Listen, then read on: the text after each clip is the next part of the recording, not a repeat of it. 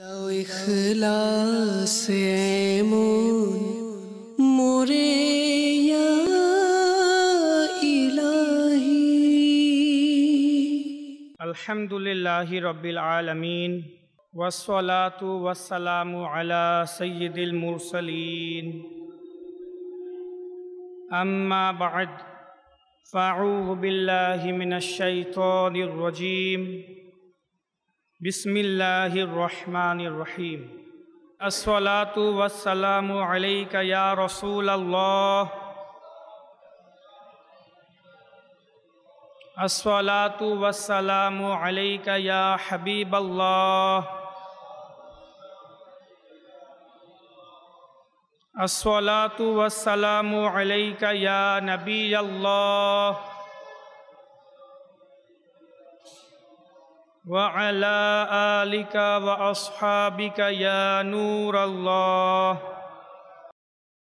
আজ ইনশাআল্লাহ আযজা ওয়া জাল সংক্ষিপ্ত আকারে কিছু এমন জিকির, আজকার এবং ওজিফা সম্পর্কে আলোচনা করব যা কোরআন এবং হাদিস দ্বারা প্রমাণিত এবং আল্লাহ তাবারাকা ওয়া তাআলা এবং তার প্যারা হাবিব সাল্লাল্লাহু আলাইহি ওয়াসাল্লাম আমাদেরকে ওই সকল ওজিফা বা জিকির আজকার পাঠ করার উৎসাহ প্রদান করেছেন।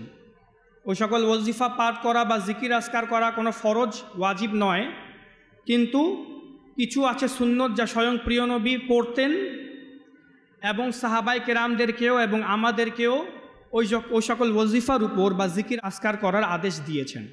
প্রত্যেক মুমিন মুসলমানকে উচিত নিজের 24 ঘন্টাকে আল্লাহ তাবারাকা ওয়া তাআলার জিকির আজকার এবং আল্লাহ তাআলার স্মরণ দ্বারা সুসজ্জিত করে নেওয়া। প্রত্যেক নামাজের পর বা নির্দিষ্ট সময় কিছু ওয়াজিফা, কিছু জিকির আজকার নির্ধারিত সংখ্যায় পাঠ করা। এতে জবান দ্বারা, জিহ্বা দ্বারা আল্লাহর জিকিরও হয়, কলব হৃদয় পরিষ্কার হয় এবং দুনিয়া এবং আখিরাতে অনেক বরকত অর্জন হয়। ওই সকল ওয়াজিফা সংক্ষিপ্ত আকারে, বিস্তারিত না, সংক্ষিপ্ত আকারে ইনশাআল্লাহ কয়েকটি উপস্থাপন করছি। প্রথমত হচ্ছে কোরআনে পাক দ্বারা যা আল্লাহ রাব্বুল আলামিন আমাদেরকে তা দিয়েছেন যাতে করে আমরা তা পাঠ করি।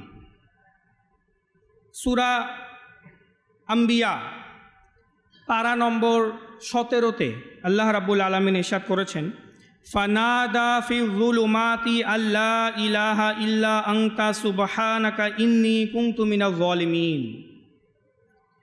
অতঃপর অন্ধকার রাশির মধ্যে সে ডাকল, কোনো উপাস্য নেই তুমি ব্যতীত, পবিত্রতা তোমারই, নিশ্চয়ই আমার দ্বারা অশোভন কাজ সম্পাদিত হয়েছে। তিরমিজি শরীফের হাদিসে মুবারাকাতে এই আয়াতে মুবারাকার ব্যাখ্যায় বর্ণিত হয়েছে, স্বয়ং প্রিয় নবী এই আয়াতের ব্যাখ্যায় বলেছেন, যখন হযরত ইউনুস আলাইহিস সালাতু ওয়াস সালাম মাছের পেটে ছিলেন, একটি বড় বিরাট একটি মাছ ইউনুস আলাইহিস সালামকে নিজের পেটের মধ্যে ধারণ করে। আর ইউনুস আলাইহিস সালাম 40 দিন, এক রিওয়ায়াত অনুযায়ী কয়েক মাস যাবত একটি বড় মাছের পেটে ছিলেন। অন্ধকার স্থান, চর্বির মতো জমিন, নড়াচড়া করছে, এমন স্থানে তিনি কয়েক মাস, অনেক দিন যাবত ছিলেন। তো তখন হযরত ইউনুস আলাইহিস সালাম যে দোয়া পড়েছিলেন, আল্লাহ রাব্বুল আলামিন সেই দোয়া আমাদেরকেও বলেছেন যেন আমরাও তা পাঠ করি। সে দোয়াটা কি? লা ইলাহা ইল্লা আনতা সুবহানাকা ইন্নী কুনতু মিনাজ জালিমিন। এটি এমন একটি দোয়া যার ব্যাপারে প্রিয় নবী সাল্লাল্লাহু তাআলা আলাইহি ওয়াসাল্লাম ইরশাদ করেছেন, আমি তোমাদের এমন বিষয় সম্পর্কে বলবো না যা পাঠ করলে তোমরা দুনিয়ার বিভিন্ন রকমের বালা মুসিবত থেকে মুক্তি পাবে। যখন তোমরা কোনো বিপদে আক্রান্ত হবে, কোনো সমস্যার সম্মুখীন হবে, কোনো দুঃখ কষ্টের সম্মুখীন থাকবে, আর এই দোয়া পড়বে, তো আল্লাহ তাবারাকা ওয়া তাআলা তোমাদের কষ্টকে দূর করে দিবেন। আর সেই দোয়াটি হচ্ছে দোয়া ইউনুস, লা ইলাহা ইল্লা আনতা সুবহানাকা ইন্নী কুনতু মিনাজ জালিমিন।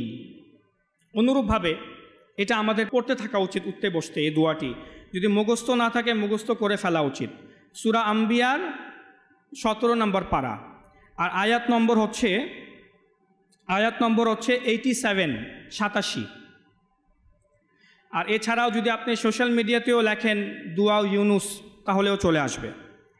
আচ্ছা, অনুরূপভাবে দ্বিতীয় ওয়াজিফার ব্যাপারে হাদিসে মুবারাকাতি তাফসিরে ইবনে কাসিরের মধ্যে রয়েছে যে এক সাহাবীর মা প্রিয় নবী সাল্লাল্লাহু আলাইহি ওয়াসাল্লামের দরবারে এসে আরজ করে, ইয়া রাসূলুল্লাহ, আমার সন্তান হযরত আউফ বিন মালিক রাদিয়াল্লাহু তাআলা আনহুকে শত্রুরা বন্দী করে রেখেছে, তো কিছু করুন, কি করা যায়? তো প্রিয় নবী সাল্লাল্লাহু তাআলা আলাইহি ওয়াসাল্লাম ইরশাদ করেন যে তুমি তোমার সন্তানের কাছে, আউফ বিন মালিকের কাছে আমার পক্ষ থেকে বার্তা পৌঁছিয়ে দাও যে সে যেন বেশি বেশি করে লা হাওলা ওয়ালা কুওয়াতা ইল্লা বিল্লাহ পাঠ করতে থাকে। বলে দিও এই ওয়াজিফা আমি তাকে দিয়েছি, সে যেন বেশি বেশি করে লা হাওলা ওয়ালা কুওয়াতা ইল্লা বিল্লাহ পাঠ করে। তো কোনোভাবে এই বার্তা পৌঁছানো হইল আউফ বিন মালিক রাদিয়াল্লাহু তাআলা আনহুর কাছে। তিনি যখন জানতে পারলেন যে প্রিয় নবী এই ওয়াজিফা দিয়েছেন, তখন তিনি অধিক হারে লা হাওলা ওয়ালা কুওয়াতা ইল্লা বিল্লাহ, লা হাওলা ওয়ালা কুওয়াতা ইল্লা বিল্লাহ, লা হাওলা ওয়ালা কুওয়াতা ইল্লা বিল্লাহ তিনি পাঠ করতে থাকেন। আর আলহামদুলিল্লাহ এর বরকতে প্রিয় নবীর কেমন মুজিজা দেখুন যে বারবার লা হাওলা ওয়ালা কুওয়াতা ইল্লা বিল্লাহ পাঠ করার কারণে শত্রুরা যে শিকল দ্বারা আউফ বিন মালিক রাদিয়াল্লাহু তাআলা আনহুকে বেঁধে রেখেছিল সেই শিকল আপনা আপনি ভেঙে যায় এবং তিনি নিজের বন্দিশালা থেকে বের হয়ে বাইরে দেখলেন একটি উট রাখা আছে, সে উটের উপর আরোহণ করে চলতে শুরু করলেন। আচ্ছা, শুধু তাই নয়, পথে একটি চারণভূমিতে শত্রুদের পশুদেরকে দেখলেন যারা চোর ছিল। তিনি রাদিয়াল্লাহু তাআলা আনহু তাদেরকে ডাক দিলে তারা সবাই দৌড়ে দৌড়ে তার পিছনে চলতে লাগলো। যখন তিনি ঘরে পৌঁছাইলেন তখন দরজায় এসে তার পিতামাতাকে ডাক দিলেন। তার পিতামাতা তো অনেক খুশি যে আমাদের সন্তান শত্রুদের কবল থেকে রেহাই পেয়ে চলে এসেছে, মুখ নিজেকে বাঁচিয়ে চলে এসেছে। তখন তারা দেখলো যে আউফ একা আসে নাই, তার সাথে আরও অনেকগুলা উটও আছে যারা তার পিছনে পিছনে এসেছে, উট পশু। তো আউফ বিন মালিক রাদিয়াল্লাহু তাআলা আনহু নিজের সাথে যা ঘটনা ঘটলো সব কিছু বললেন এবং উটের ঘটনাও বলল যে উটদেরকে আমি ডাক দিলাম, তারাও পিছনে পিছনে আমার সাথে চলে আসলো। তো ওই আউফ বিন মালিক রাদিয়াল্লাহু তাআলা আনহুর পিতা ইরশাদ করেন যে দাঁড়াও, আমি প্রথমে প্রিয় নবী সাল্লাল্লাহু আলাইহি ওয়াসাল্লামের কাছে যাই, তাকে গিয়ে জিজ্ঞাসা করি যে এই যে উট, শত্রুদের উট তোমার পিছনে পিছনে চলে এসেছে, এগুলা কি হালাল আমাদের জন্য? তো যখন প্রিয় নবীকে জিজ্ঞাসা করলেন, এ সমস্ত ঘটনা খুলে বললেন, তো প্রিয় নবী সাল্লাল্লাহু তাআলা আলাইহি ওয়াসাল্লাম ইরশাদ করেন যে হ্যাঁ, এই উটগুলো দ্বারা তোমরা যা ইচ্ছা করো তা তোমাদের জন্য হালাল। তো এই হাদিসে মুবারাকাতি তাফসিরে ইবনে কাসির, অনেক প্রসিদ্ধ একটি তাফসিরের বই, এখানে রিওয়ায়াত হয়েছে। তো দেখুন ওয়াজিফার কিরূপ পাওয়ারফুল প্রভাব প্রকাশ পেল যে লা হাওলা ওয়ালা কুওয়াতা ইল্লা বিল্লাহ বেশি বেশি করে পাঠ করার কারণে শিকল নিজে নিজে ভেঙে গেল, আপনা আপনি ভেঙে গেল। তিনি আবার আসলেন তো উটও পেয়ে গেলেন আরোহণের জন্য, আবার শত্রুদের উটও তার পিছনে পিছনে চলে আসলো। আর সেই সময়কার উট, এতগুলো উটের মালিক হয়ে যাওয়া তার মানে কোটি কোটি টাকার মালিক হয়ে যাওয়া। তো এই লা হাওলা ওয়ালা কুওয়াতা ইল্লা বিল্লাহ অনেক ইম্পর্ট্যান্ট একটি ওয়াজিফা। প্রত্যেক মুসলমানকে উচিত বিপদের সময়, কষ্টের সময় বা কষ্ট নাও থাকুক, কষ্ট যেন না আসে, বিপদে আপনি যেন না পতিত হন, চলতে ফিরতে প্রতিনিয়ত এই মুখে এই আজকার, এই জিকির, এই ওয়াজিফা পড়তে থাকা, লা হাওলা ওয়ালা কুওয়াতা ইল্লা বিল্লাহিল আলিয়্যিল আযীম, অথবা এতটুক লা হাওলা ওয়ালা কুওয়াতা ইল্লা বিল্লাহ। প্রিয় নবী সাল্লাল্লাহু তাআলা আলাইহি ওয়াসাল্লাম ইরশাদ করেছেন, এটা মুসলিম শরীফের সহিহ হাদিস, লা হাওলা ওয়ালা কুওয়াতা ইল্লা বিল্লাহ পাঠ করো, কেননা এটি জান্নাতের ধন ভাণ্ডারের মধ্যে একটি ধনভাণ্ডার। অনুরূপভাবে প্রিয় নবী ইরশাদ করেন, যে ব্যক্তি লা হাওলা ওয়ালা কুওয়াতা ইল্লা বিল্লাহ পাঠ করলো তবে তার জন্য 99 রোগের ওষুধ স্বরূপ, আর এর মধ্যে সবচেয়ে হালকা রোগ হইল তার দুঃখ এবং কষ্ট, দুঃখ বেদনা। লা হাওলা ওয়ালা কুওয়াতা ইল্লা বিল্লাহ এটা পাঠ করলে মনের দুঃখ, ডিপ্রেশন, অ্যাংজাইটি এগুলো দূর হয়। আল্লাহ তাবারাকা ওয়া তাআলা মনকে হালকা করেন। আচ্ছা, অনুরূপভাবে আরেকটি ওয়াজিফা যা আমাদেরকে উচিত প্রতিনিয়ত পড়তে থাকা, তা হচ্ছে অধিক হারে ইস্তেগফার পাঠ করা। আস্তাগফিরুল্লাহ, আস্তাগফিরুল্লাহ, আস্তাগফিরুল্লাহ আল আযীম ওয়া আতুবু ইলাইহি, এটা একটা আছে। আল্লাহুম্মা গফিরলি, আল্লাহুম্মা গফিরলি, এটাও একটি আছে। এভাবে অসংখ্য ইস্তেগফার আছে। ইস্তেগফারের দোয়া আছে, সবচেয়ে ছোট আল্লাহুম্মা গফিরলি, তার চেয়ে একটু বড় আস্তাগফিরুল্লাহ, আস্তাগফিরুল্লাহ, আস্তাগফিরুল্লাহ, এটি পাঠ করতে থাকা উচিত প্রত্যেক মুসলমানকে। এর এত বেশি ফজিলত প্রিয় নবী বয়ান করেছেন যে সহিহ বুখারী শরীফে আছে। হযরত আবু হুরায়রা রাদিয়াল্লাহু তাআলা আনহু রিওয়ায়াত করেন যে আমি প্রিয় নবীকে বলতে শুনেছি যে প্রিয় নবী ইরশাদ করেছেন যে তোমরা অধিক হারে ইস্তেগফার পাঠ করো, কেননা স্বয়ং আমি নিজে প্রত্যেক দিন 70 বারেরও বেশি ইস্তেগফার পাঠ করি। ইস্তেগফার মানে কি? আল্লাহর কাছে ক্ষমা চাওয়া। আস্তাগফিরুল্লাহ, আল্লাহ ক্ষমা করে দাও, আস্তাগফিরুল্লাহ, আল্লাহ ক্ষমা করে দাও।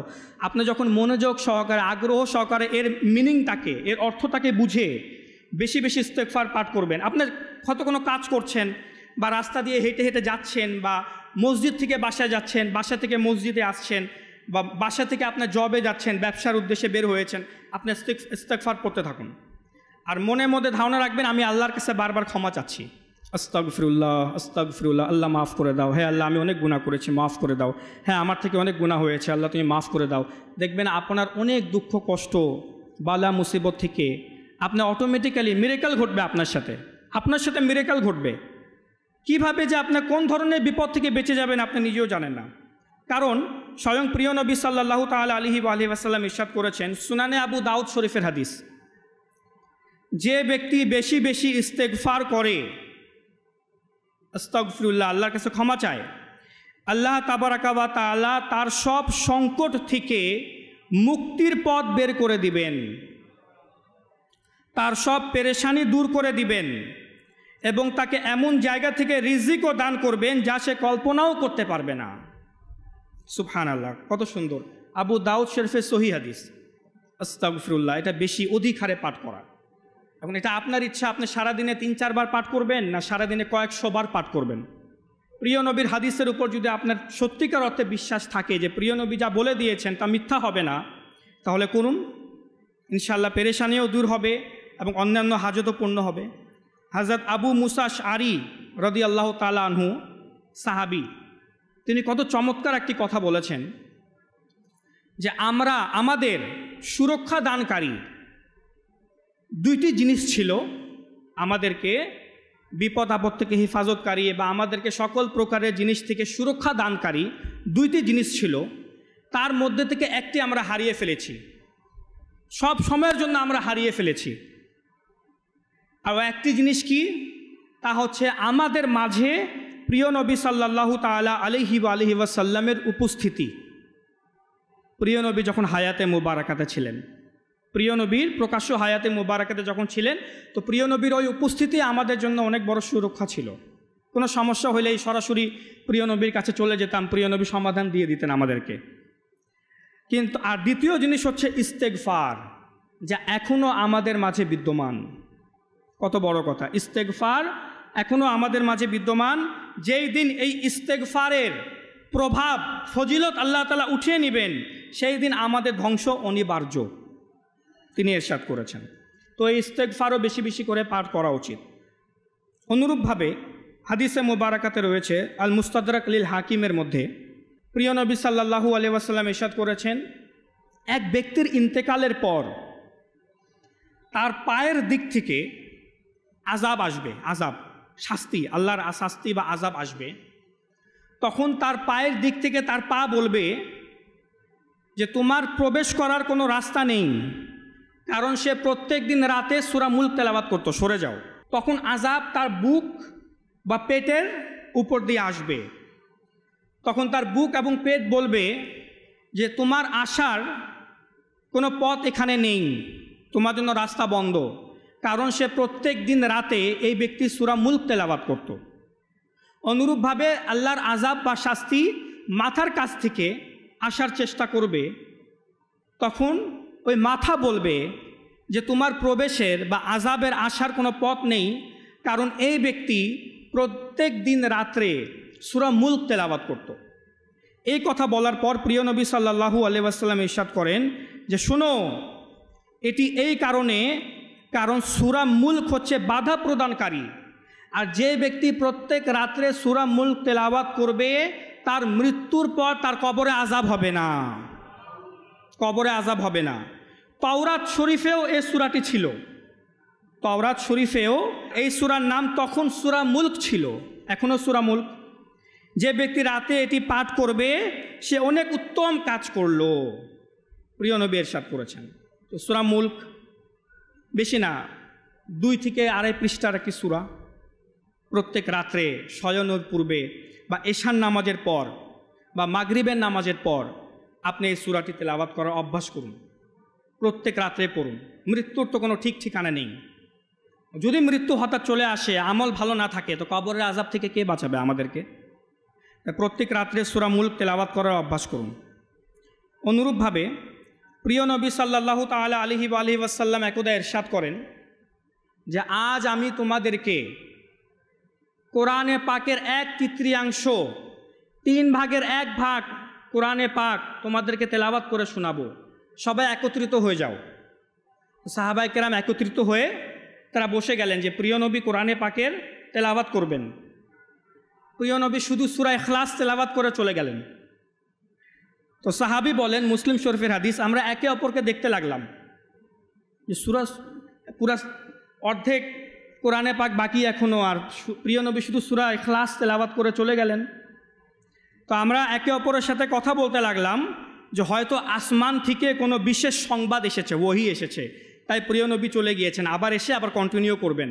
তো কিছুক্ষণ পর একটি সময় অতিবাহিত হয়ে যাওয়ার পর যখন প্রিয় নবী তাশরিফ নিয়ে আসেন, তো তিনি নিজে থেকে ইরশাদ করেন যে আমি তোমাদেরকে বলেছিলাম যে আমি কোরআনের 1/3 তেলাওয়াত করব, আর সে তেলাওয়াতটি হচ্ছে সূরা ইখলাস। মনে রেখো, এই সূরা ইখলাস হচ্ছে কোরআনে পাকের 1/3 সমান, কোরআনে পাকের 3 ভাগের 1 ভাগের সমান। যে সূরা ইখলাস একবার তেলাওয়াত করলো সে এমন যেন কোরআনে পাকের 3 ভাগের 1 ভাগ, 1/3 সে তেলাওয়াত করে ফেললো। সূরা ইখলাস কোনটি জানেন? কুল হু আল্লাহু আহাদ আল্লাহুস সামাদ লাম ইয়ালিদ ওয়ালাম ইউলাদ ওয়ালাম ইয়াকুল লাহু কুফুয়ান আহাদ। এটি হচ্ছে সূরা ইখলাস। এই সূরা ইখলাসের এত ফজিলত। হুজুর সাল্লাল্লাহু তাআলা আলাইহি ওয়াসাল্লাম ইরশাদ করেছেন, সুনানে তিরমিজির হাদিস, সহিহ হাদিস, যে ব্যক্তি দৈনিক 200 বার সূরা ইখলাস কুল হু আল্লাহু আহাদ পাঠ করবে, এই ওজিফা স্বয়ং প্রিয় নবী দিয়েছেন, তার 50 বছরের গুনাহ আল্লাহ রাব্বুল আলামিন ক্ষমা করে দেবেন। হ্যাঁ, তবে তার উপর যদি কারো কর্জ থাকে তা পরিশোধ না করলে ওই কর্জ মাফ হবে না, বাকি গুনাহ মাফ হয়ে যাবে। অনুরূপভাবে আরেকটি হাদিসে মুবারাকা রয়েছে, তো এখন মাত্র কয়েকটি বললাম। একটি হচ্ছে দুয়া ইউনুস, লা ইলাহা ইল্লা আনতা সুবহানাকা ইন্নী কুনতু মিনাজ জালিমিন, এটি একটি ওজিফা হলো। লা হাওলা ওয়ালা কুওয়াতা ইল্লা বিল্লাহ আরেকটি। তৃতীয় সূরা ইখলাস, অতঃপর সূরা মুলক, অতঃপর ইস্তেগফার। এগুলোর মধ্যে থেকে আপনার জন্য যা সমীচীন মনে হয়, যা আপনার জন্য সুইটেবল মনে হয়, একটা মুসলমানকে এই সবগুলাই পাঠ করা উচিত। আপনি যদি 100 বার করেও পড়েন আলহামদুলিল্লাহ, কিন্তু যদি আপনি মনে করেন না আমি একটিকে ভালোভাবে আঁকড়িয়ে ধরবো আর চলতে ফিরতে আমি ও একটাই পড়বো, হয়তো লা হাওলা ওয়ালা কুওয়াতা ইল্লা বিল্লাহ পড়তে থাকবো অথবা ইস্তেগফার পড়তে থাকবো, যে কোনো একটি আমি বেশি বেশি করে অধিক হারে পড়তে থাকবো, তো দেখবেন কিছুদিন পরেই যখন আপনি ওজিফা পড়তে থাকবেন একটা রোহানি শক্তি আপনি অনুভব করবেন। যদি আপনি নিজের এই জবানকে মিথ্যা থেকে, গীবত থেকে এবং খারাপ কাজ থেকে বাঁচিয়ে রেখে আল্লাহরও একটি জিকির বা ওজিফাকে ধরে রেখে যদি আপনি পড়তে থাকেন, অটোমেটিক্যালি দেখবেন আপনার উপর আল্লাহর রহমত পতিত হচ্ছে, আর আপনি একটা রোহানি শক্তিও অনুভব করবেন।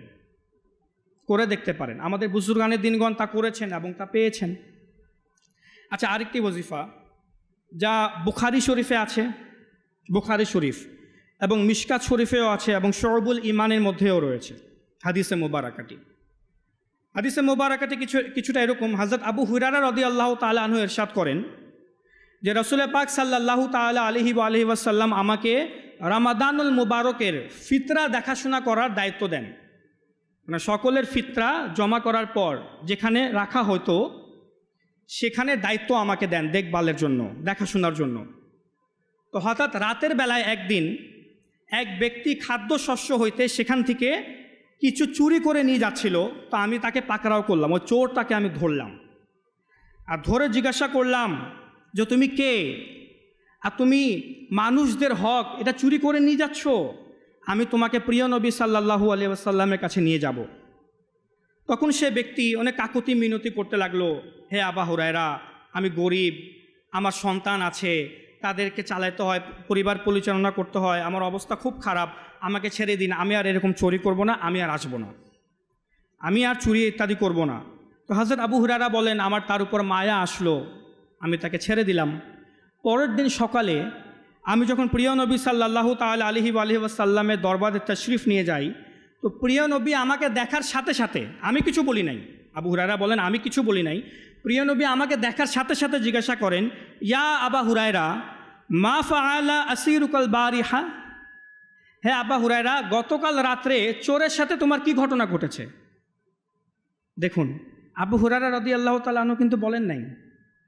আর আবু হুরায়রা একা ছিলেন তখন, আর অন্য কোনো সাহাবীও ছিল না যে প্রিয় নবীকে এসে বলবেন, কিন্তু প্রিয় নবী এই অদৃশ্য সংবাদ নিচে থেকে বললেন, জিজ্ঞাসা করলেন, চোরের সাথে তোমার কি ঘটনা ঘটেছে?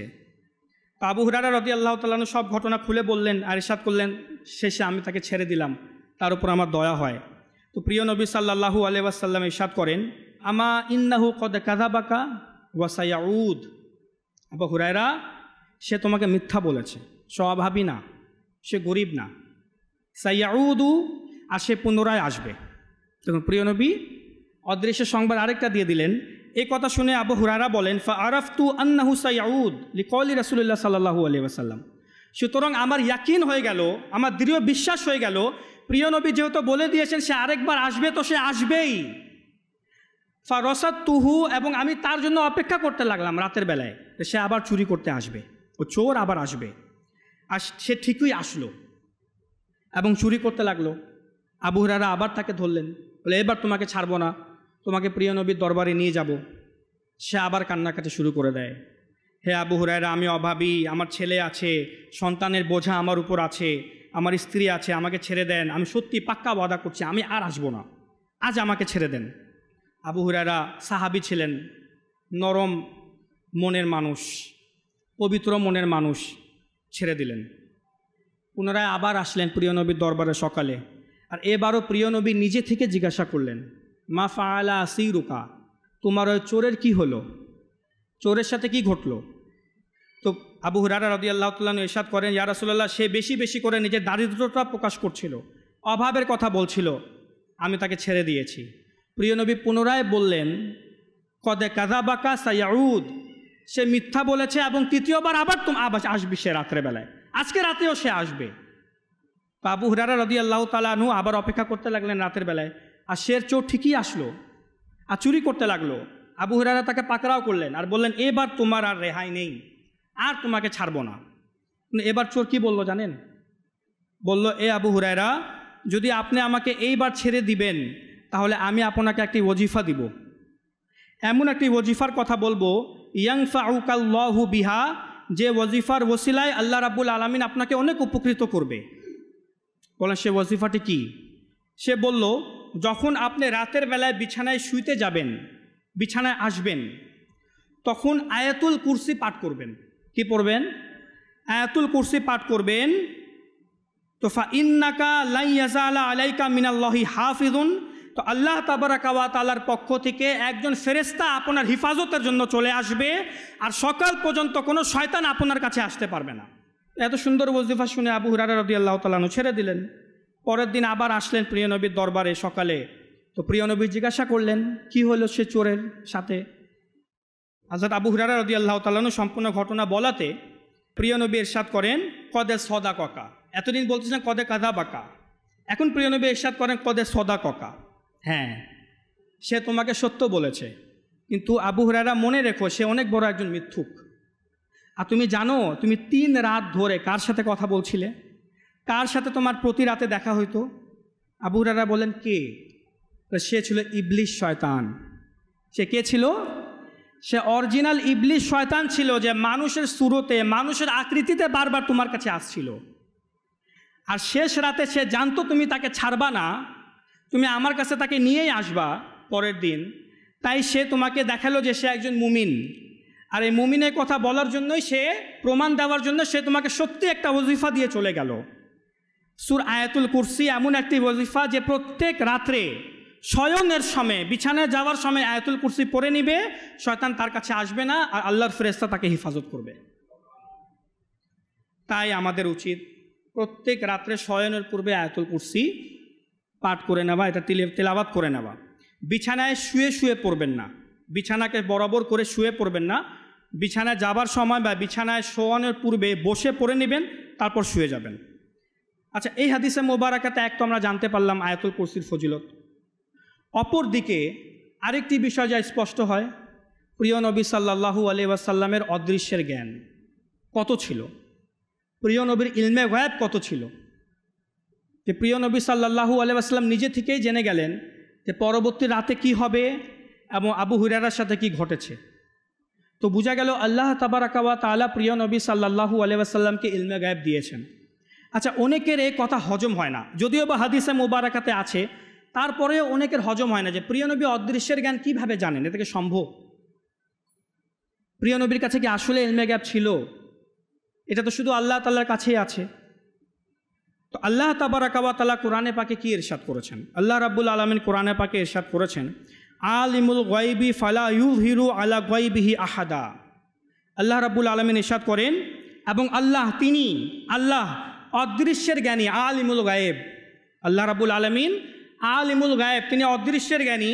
ফালা ইউযহিরু আলা গায়বিহি আহাদা, এবং তিনি আপন অদৃশ্যের উপর কাউকে ক্ষমতাবান করেন না, তিনি কাউকে অদৃশ্যের জ্ঞান প্রদান করেন না। এটা আল্লাহ রাব্বুল আলামিন কোরআনে পাকে ডাইরেক্ট বলে দিয়েছেন। তাহলে কি ওই হাদিস মিথ্যা যা তিরমিজি শরীফে আছে? আর এছাড়া আরও অসংখ্য হাদিসে মুবারাকা আছে যার ব্যাপারে আমি গত সপ্তাহেও কিছু বলেছিলাম। তো সব কিছু বাদ, ওই বুখারী শরীফের হাদিস, মুসলিম শরীফের হাদিস, সব কিছু বাতিল, এই আয়াত সত্য।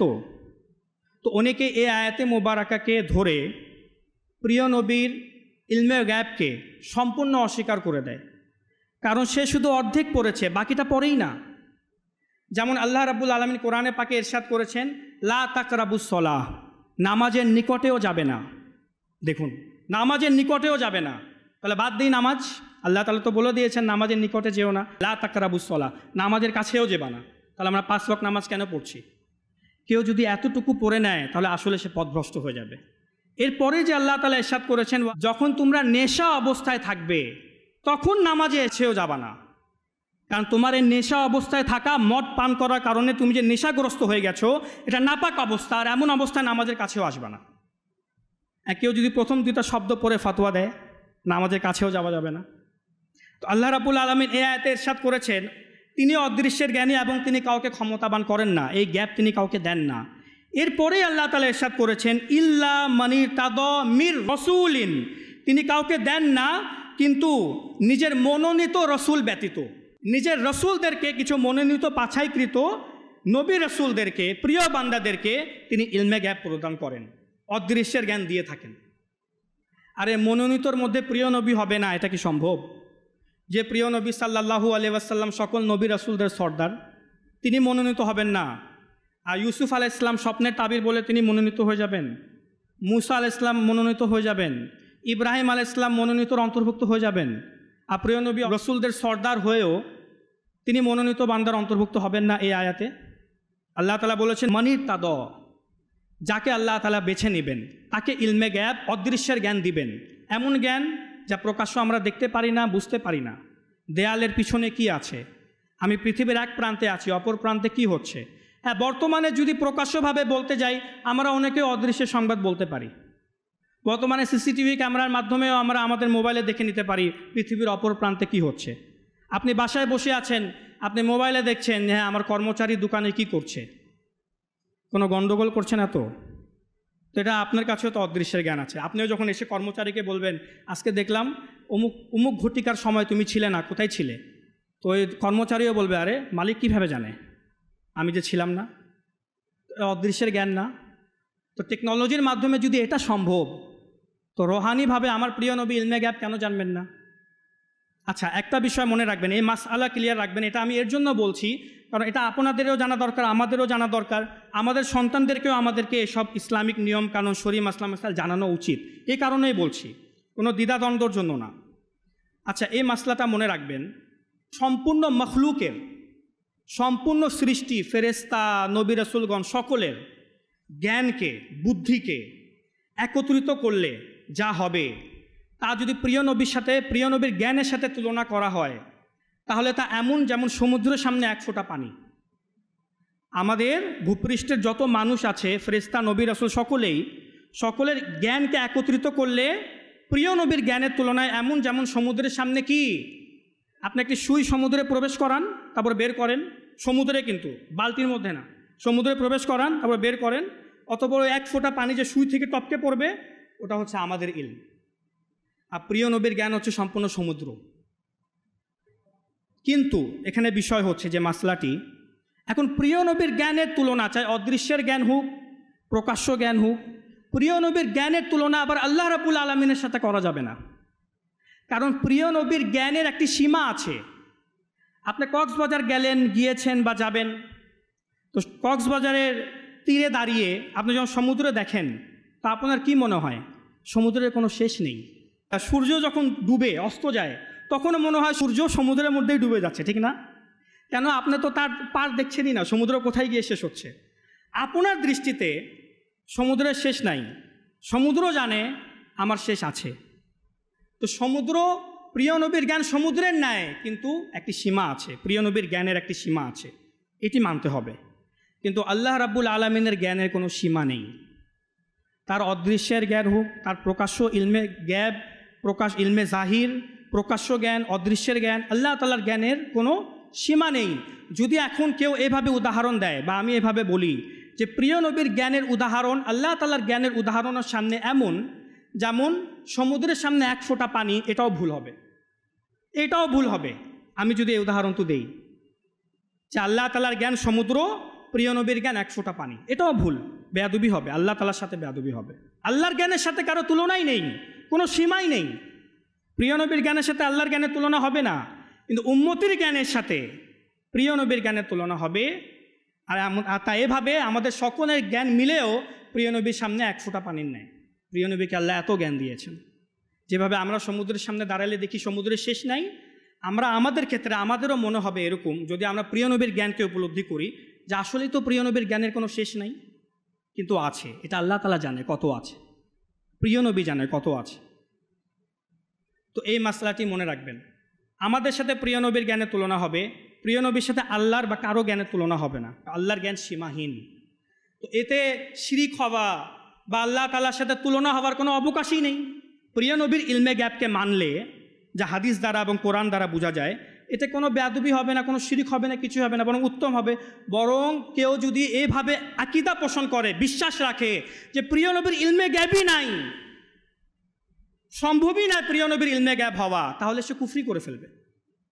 কারণ সে কোরআনের আয়াত অস্বীকার করলো।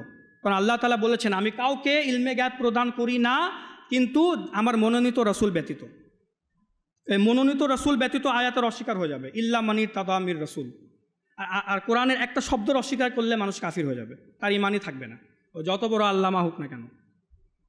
আল্লাহ তাবারাকা ওয়া তাআলা আমাদেরকে যা শুনলাম এর উপর আমল করার, তা স্মরণ রাখার, নিজের সন্তানদেরকেও ভাই বোনদেরকেও তা শেখানোর তৌফিক দান করুক। আমিন বিজাহিন নবিয়্যিল আমিন সাল্লাল্লাহু তাআলা আলাইহি ওয়া আলিহি ওয়াসাল্লাম। সাল্লু আলাল হাবিব সাল্লাল্লাহু আলাইহি ওয়াসাল্লাম। দাও ইখলাস এমন মোরে